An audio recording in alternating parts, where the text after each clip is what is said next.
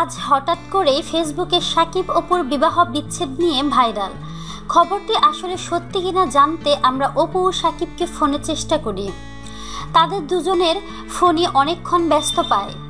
হঠাৎ করে Apu Biswas phone call receive করে এবং আমাদের জানান এই খবরটি সম্পূর্ণরূপে মিথ্যা ও বানোয়াট। আমরা আইনি পদক্ষেপ নেব।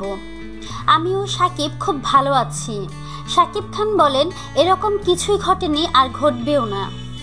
আমাদের মধ্যে এখন আমরা নই, আছে আমাদের কলিজার টুকরা আব্রাহাম খান জয়। সো এইরকম বানোয়াট খবরের জন্য আমরা খুবই হতাশ। আমার মনে হয় দেশের মানুষের কাছে আমাকে ছোট করার জন্য কোনো একটি মহল এমনটি করেছে। আমি দেশবাসীর কাছে সর্বদা দোয়া ও ভালোবাসা চাই। তো প্রিয় বন্ধুরা, আপনাদের কি মতামত তা কমেন্টের মাধ্যমে আমাদেরকে জানিয়ে দিন।